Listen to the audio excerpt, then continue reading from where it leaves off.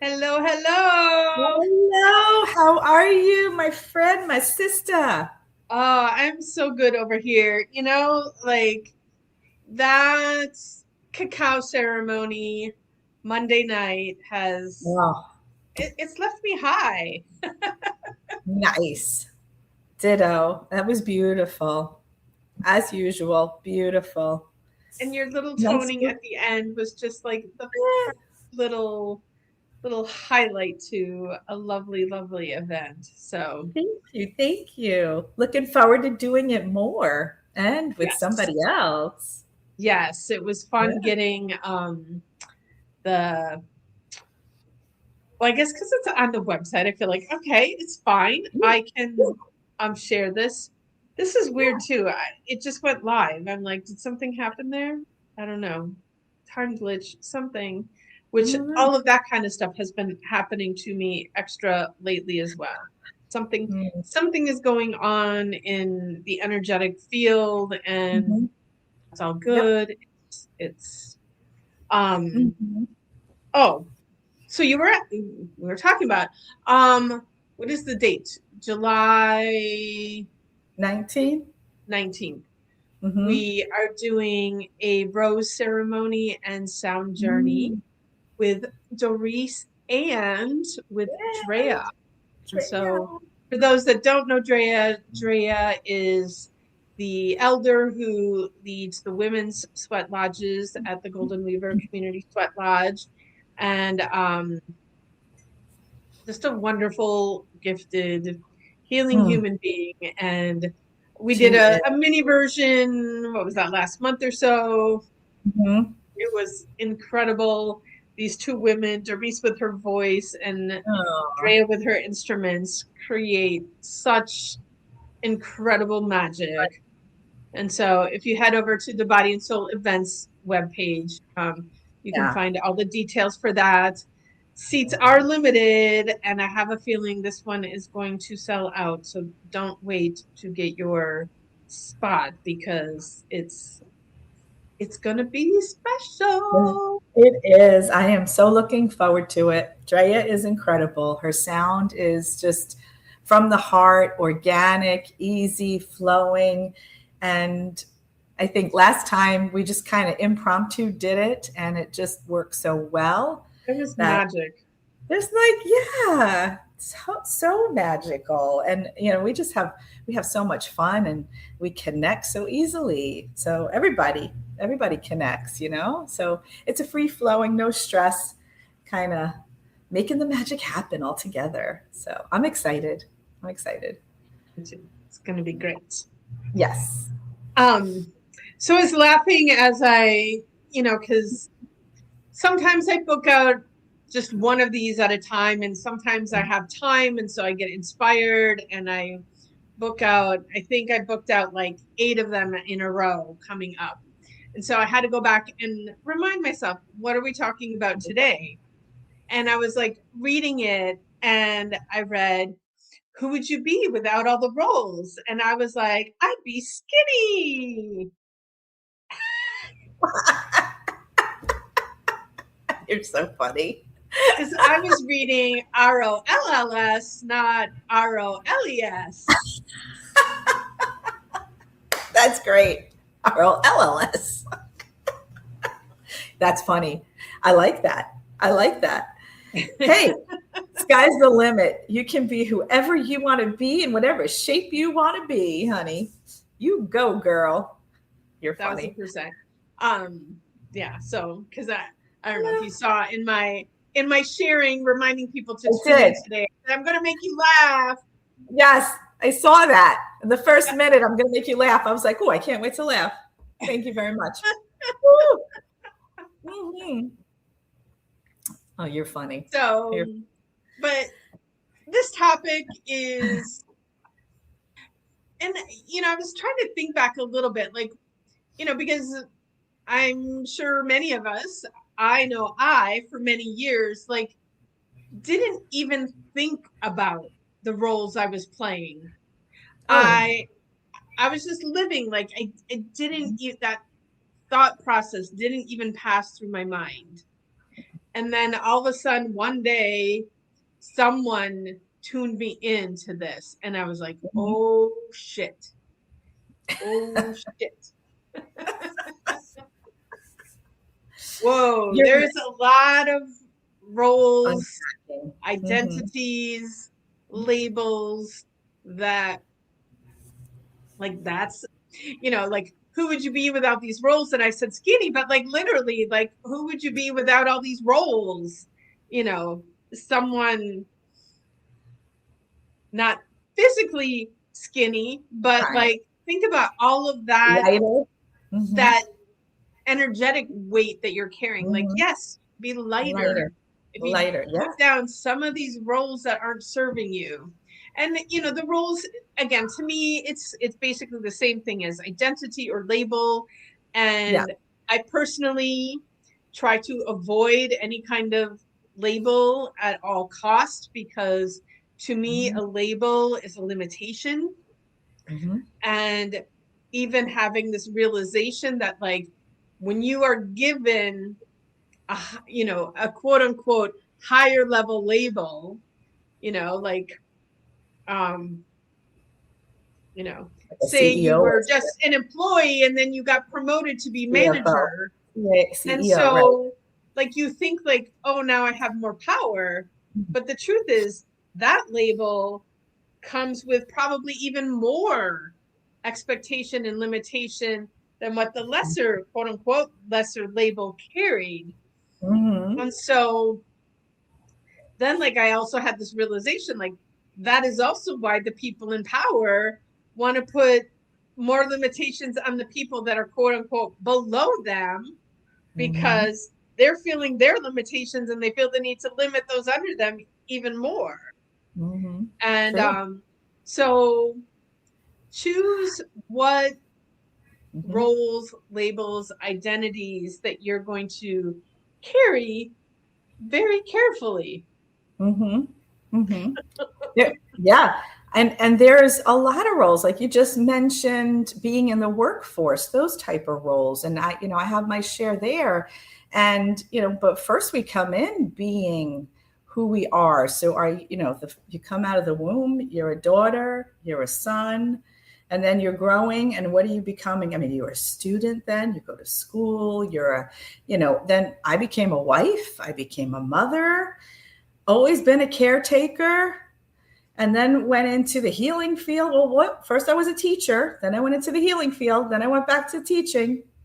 And it's like you just kind of, I rolled into the role one by one, but I transitioned myself. And it was definitely hard to give up, especially with the workforce one, when I wanted to change careers.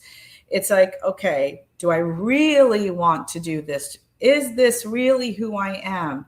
And I remember, I'll never forget this, trying to make a decision right before I became a physical therapist assistant, and I was going to do either the school for hands of light, or I was going to go into the therapist land, right? And I remember having a logical sense, which one am I going to be able to pay my own bills, have insurance, all these things, right?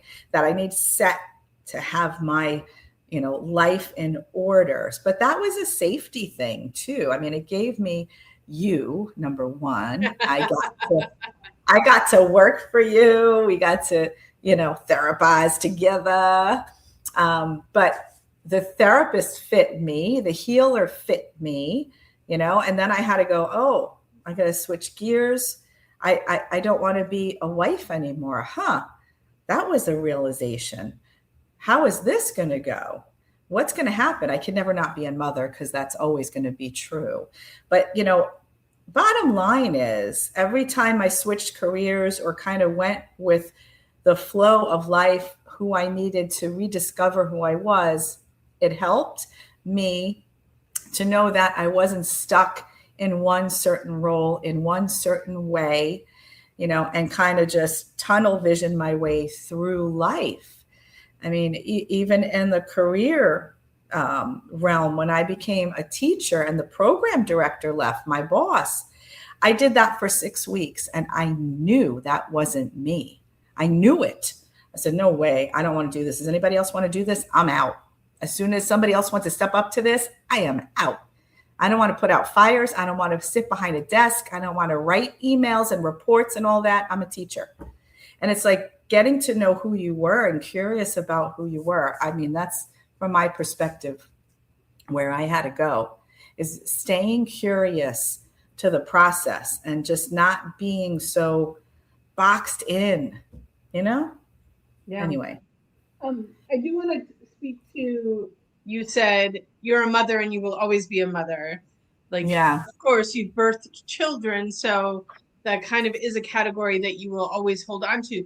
And yeah, not being a mother, I guess it's interesting that I'm choosing to speak about this, but it's just because it's something that I've witnessed so much, that oftentimes women like give their whole identity over to the mothering of their children. And then when it comes time that their children are now adults and they don't need to, quote unquote, care for them anymore, they're lost because they put all of their eggs in one basket.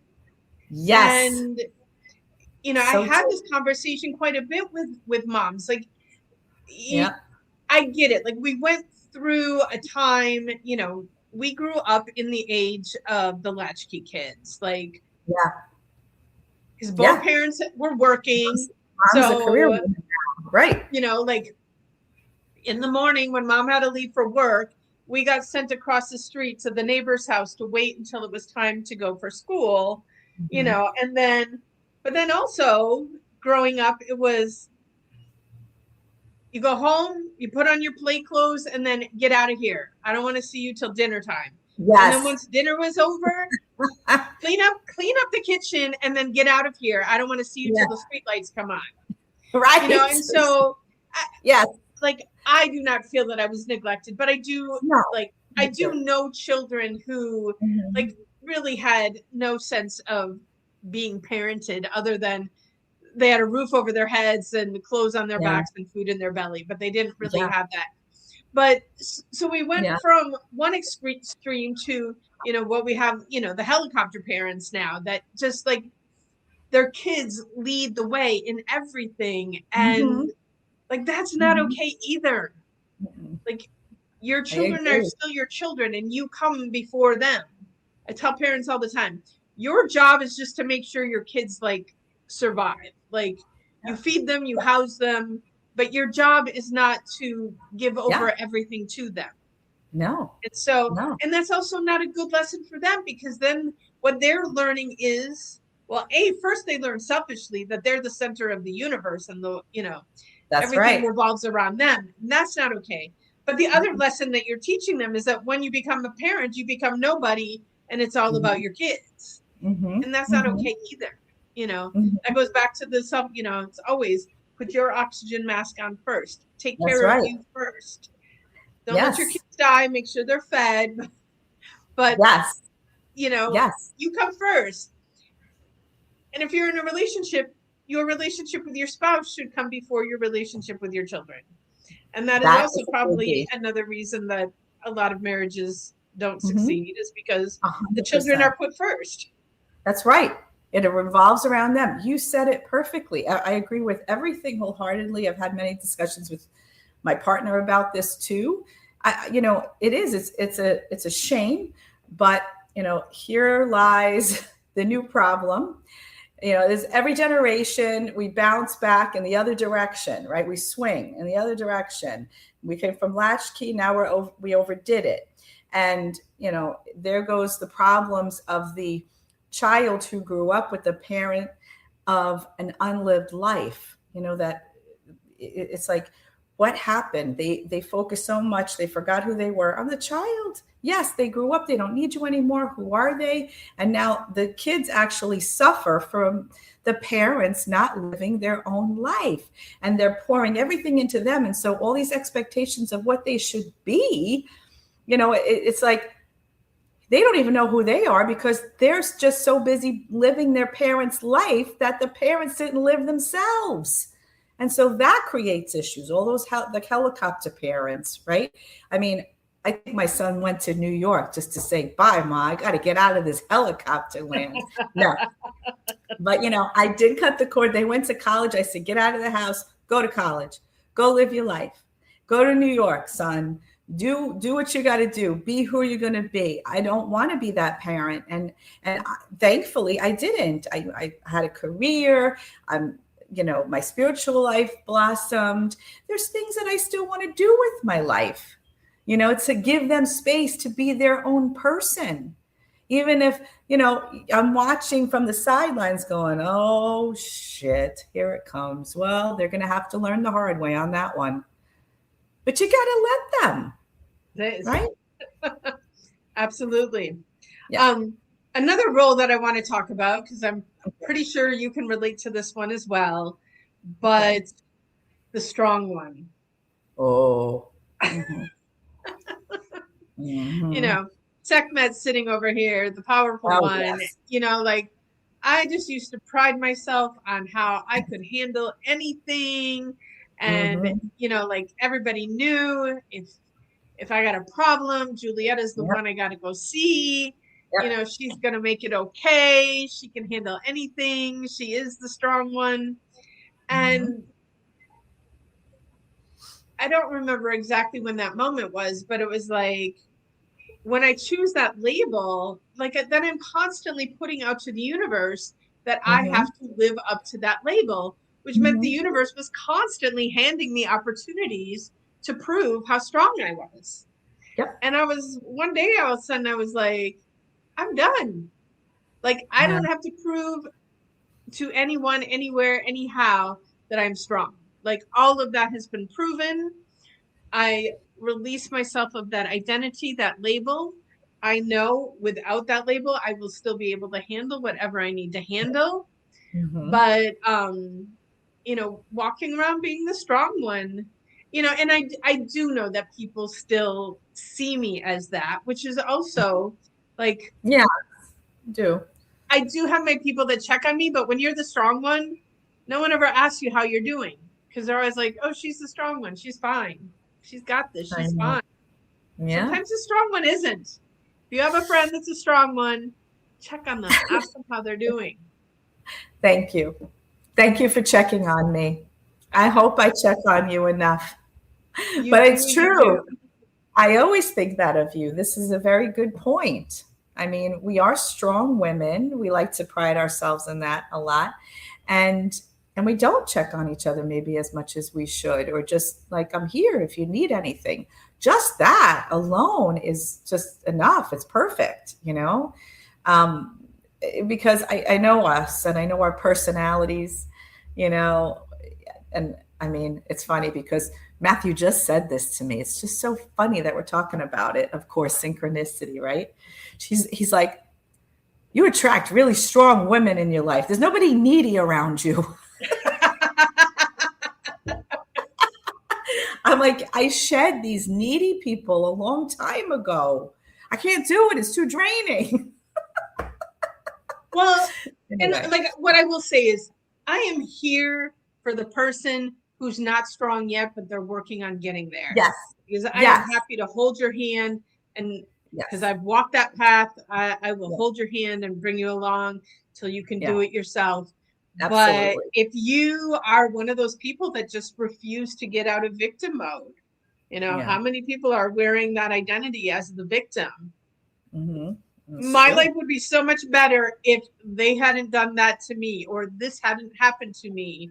Yep. And that's, everybody has had their thing. Yeah. Yes, I'm not going to lie. Some things are a little harder to carry than others. Absolutely. Oh, yeah. But it does not, what happened to you does not define you. You define you. And so if you're going to continue, yes, people come to me all the time who've been victims. And when they are ready, willing, and able to step out of that victim mode and, take their power back and take responsibility for their life, I am there for you. But if you just want to sit there and wallow in your victimhood, I ain't got time for that. No, I get it. I get it. No, we've grown out of those relationships.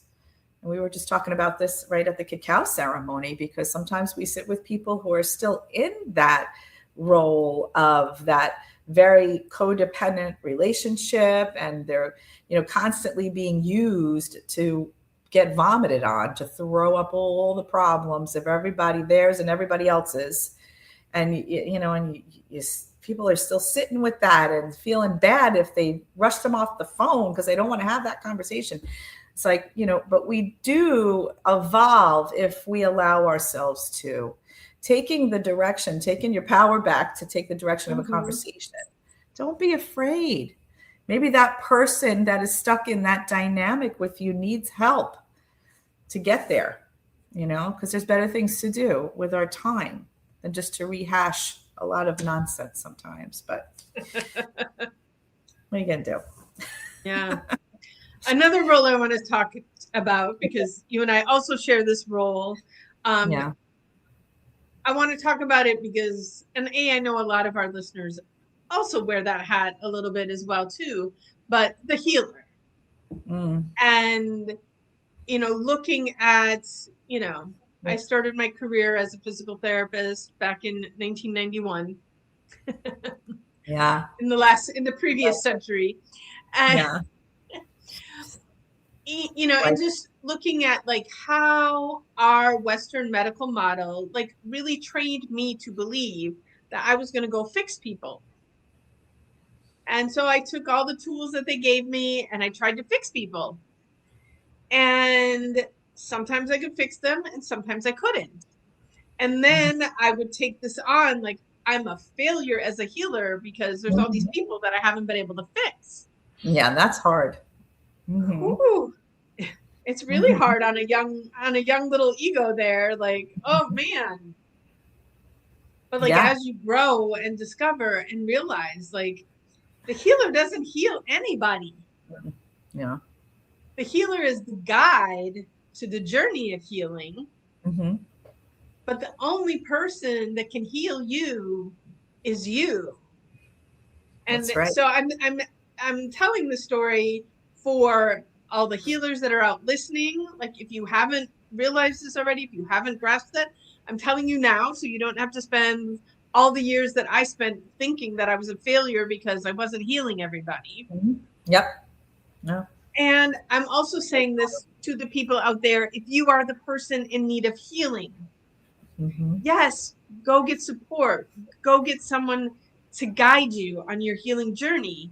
But understand that nobody is going to heal you. Only you are going to heal you. And, if you're not healing, ask yourself why. Right. And it might be that you need a different guide, that the guide that you presently have is not the one to show you the way, which is why there's so many different types of healers out there. When I tell my people I'm not for everybody, they're like, what do you mean? Everybody must love you. You're amazing. And I'm like, thank you very much. And I'm not for everybody. Yeah. That's why there's all these different people out there. So it's okay to check in. Maybe your healer is not the one to support you in your journey. But B, I also invite you to examine, like, are you really all in for healing? And if not, what is that? And we talk a lot about, in our world, secondary gain. Yes, there are plenty of people out there that some on a conscious level, but most of the time it's not on a conscious level. It's on a subconscious level that people stay unhealed because of all of the things that they get in not being healed. Yes. And, and that goes to the other side, back to that victim role. Are you playing the victim of, my life is ruined because I was in this car accident and I'm going to be in pain for the rest of my life? If you choose, yes. But I'm sure I have witnessed so many times in my life, like injuries, like this person should be devastated. This person should be, disabled, in a wheelchair, non-functioning. like all the things, Mhm. but you Yeah. see them living a completely perfect life. And Yeah. then you have people that have a hangnail and they can't, That's, you know, they I can't wipe was their just butt. Like, I was just going to say that because when we worked together in the clinic, okay, so Juliana and I, she had an outpatient neuro clinic, and it was just laughable when the stoic patient walked in and they had traumatic brain injury, like a severe, right? Brain injury, left them with deficits long term, but they're walking in ready to do their therapy, feeling good, saying hi to everybody, spinal cord injury, you name it. And then you'd get somebody with a little, carpal tunnel or a little pinky fracture or something, and it's the end of the world for them. Doom and gloom, depressed. And it's like we had to switch gears from TBI to little pinky fracture. And it was an interesting lesson. And it's true, everybody's different. Everybody can handle different things. You have to just go with the flow. But some of the times I wanted to be like, did you see who just left? When the pinky fracture came in, did you see who just walked out the door, barely walking? Let me tell you about them. Count your blessings. But we all have our stories we have to go through and experiences we have to learn from, and what we're here to do, what we're here to experience. So God bless everybody on their healing journey. And I was thankful when you told me that, I don't even know how long ago, Julietta, but when it comes to the healing realm, it's like I'm now very discerning. Does that person want to heal? Is that person going to engage and contribute to their healing? Because I don't want anymore to have all of that on me. Facilitation is what we're here to do, right? So that's it. It's like you don't get to be passive in the process as you're laying on the table. That's it. Those days are over. We know you got to take back your own ability and your power to heal yourself. So I was thankful when you taught me that one. you're welcome. Yeah. Um, so, and these are just a few of the roles, the labels that we carry. I mean, they are infinite out there. Obviously, it's easiest for us to speak of the ones that we've carried ourselves, Mm-hmm. and sometimes I say, like, I would really love to be label free. Yeah. And I do try to limit as much as possible Mm-hmm. those labels that I choose to carry. Um, you know, Sometimes society asks you for the Mm-hmm. like, you got it. What do you do? What do you do? Yeah, And exactly. I do have to say, sometimes I like to just say, I don't know. I just do what I do. Yeah. And Really. there are ways around the labels, but I think like Mm-hmm. the important side of this is just recognizing, starting to see what are those roles that you are carrying, and do they still serve you, Mm-hmm. you know and how might you know if your labels are serving you or not? Tune in. How do you feel? Mm-hmm. Do you feel good, or are you constantly exhausted? Are you constantly Yeah. irritated? How well do you sleep at night? Like, how are you? Yes. If you're good, you're probably okay with your labels. If you're Yeah. not good, it might be an opportunity to go and check out, what labels am I carrying? Am I okay with these? Am I ready Mm-hmm. to set some of them down, lighten the load? And Yeah. Yeah. Yeah. I think that's and it is good to at our age does help because we've been a lot of labels. As we're growing up, we're constructing our egos and unconsciously using those labels to figure out who we are in life. But then, we get to a certain point, and with all the changes and the shifting and we end up being on the other end of something very different. Okay, well, then it was a learning experience. It's like, hey, I can be this. I can change direction. I'm still okay. I'm still, the essence of me is still here, and everybody recognizes that essence. So do I have to be the healer, the teacher, the daughter, the wife? Do I have to be? No, I don't. I mean, and we do question. I mean, Juliet and I do question the consciousness of what we like to partake in, and the conversations we like to partake in. These questions brings us to examining who we are, the labels we choose, who we want to be, what, like you just said, what serves us, what doesn't serve us anymore. Are we changing?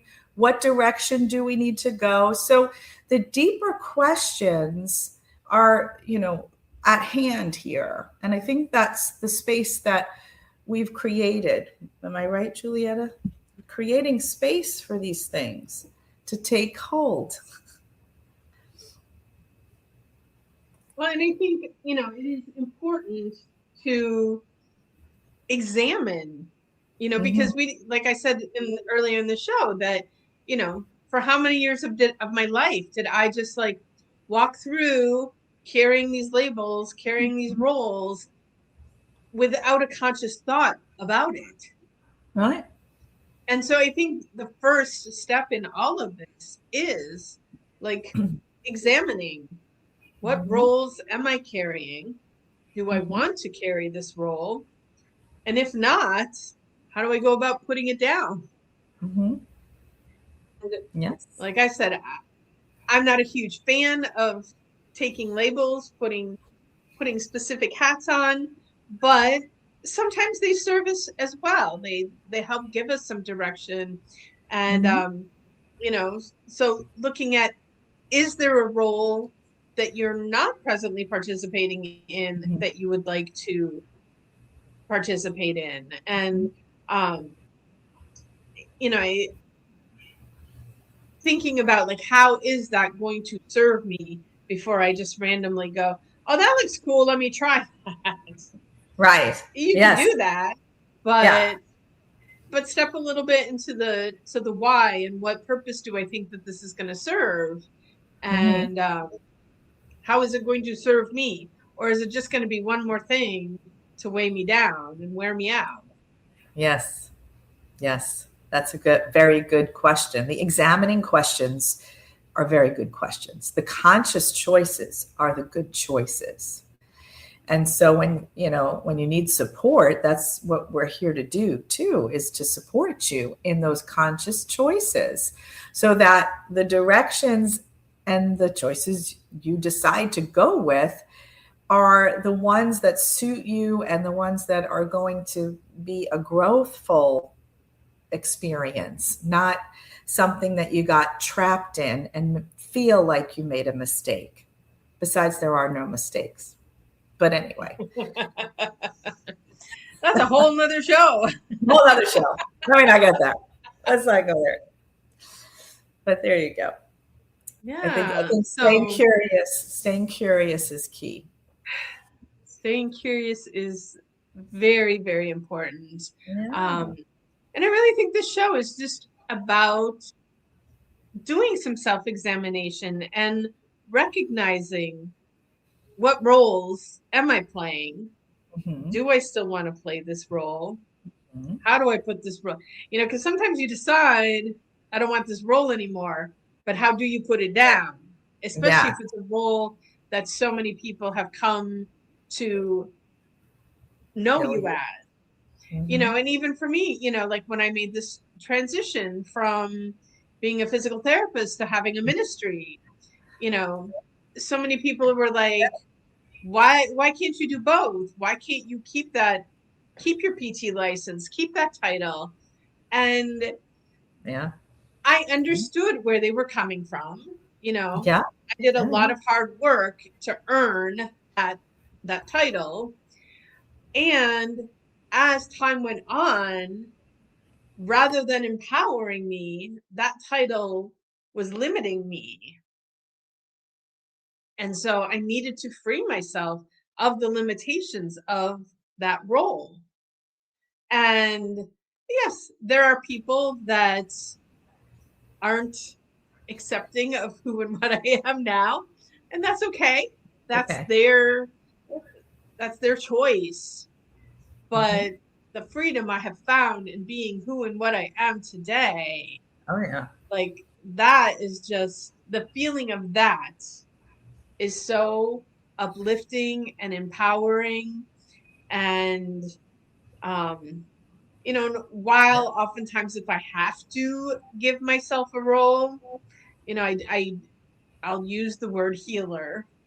But even that, I try, if I don't need to throw it out there for a reason, I don't. Yeah. And because there's limitations in that as well. Mm-hmm. And I want to be limitless. I love it. I think it was so bold that you did that. Total segment move, by the way. It's really an amazing thing to do the transition that you did, having that license for so long, that PT license, and then going the ministry way. And because it more so fit you, you evolved. And that's the thing, is that we're always evolving. So who are we now? And those old roles, do they still fit you? And that's one example of you shedding the old role and going and having the courage to do so. That's what I think is astounding. It's courage. Not everybody has that, so they need support. Exactly. That's what I was going to say. It does take some courage to put down those old roles that you've, especially when you've carried them for a long time. And no, like that is the time when you go and you seek out support. And I Mm-hmm. say this a million times, that we are not meant to go through this life alone. And even when I was going through the transition with, because Allison was originally my co-host here, and when she had a life switch and she's like, I'm not going to be able to do this anymore. And people would say to me, well, why don't you just do the show alone? And I'm like, because it isn't as fun doing it alone. I want, you know, this space is also community. It's Yeah. on an interactive level, it's a community of me and you. Although our listeners, like when you're tuning in, you can put comments in, you can put your questions in. Yeah. We're happy Mm-hmm. to.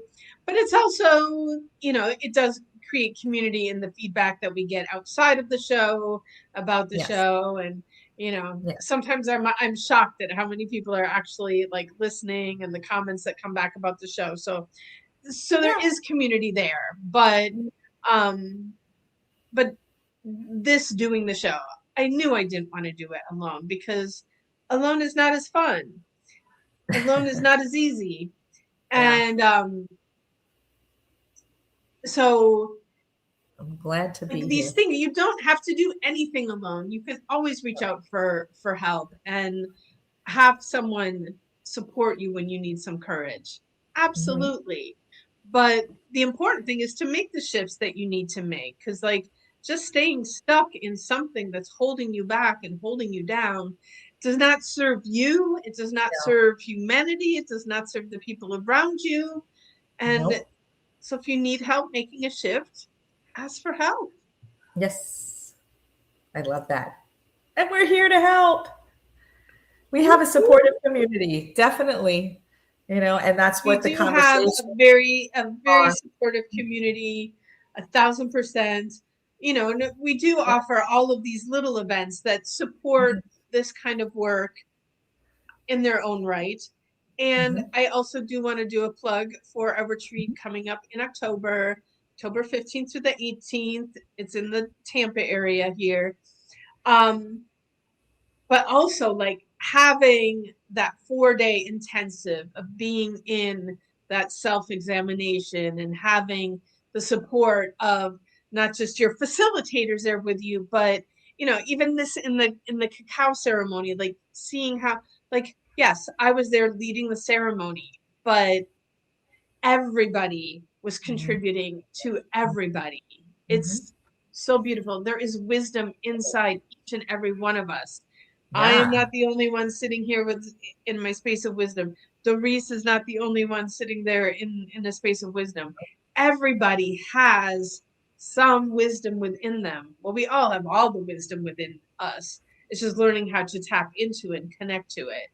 And Mm-hmm. see, like when you're in a group setting, I feel like it's so much easier to tap into, whether you want to call that the Akashic record space or, um, the collective infinite consciousness that's out there. Everything already exists. There's nothing new in the world. It's just a matter of who's tapping into it. And when we come together, I do feel like the vibration, the frequency shifts in such a way that we are able to tap into that easier.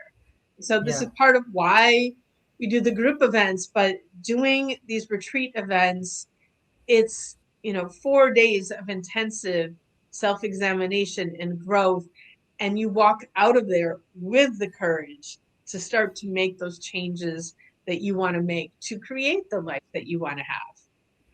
Yes. Yes. So And, go and I'm to glad. bodyandsoulevents.love. You can find all the information there. Yes. And it's going to be a truly magical space.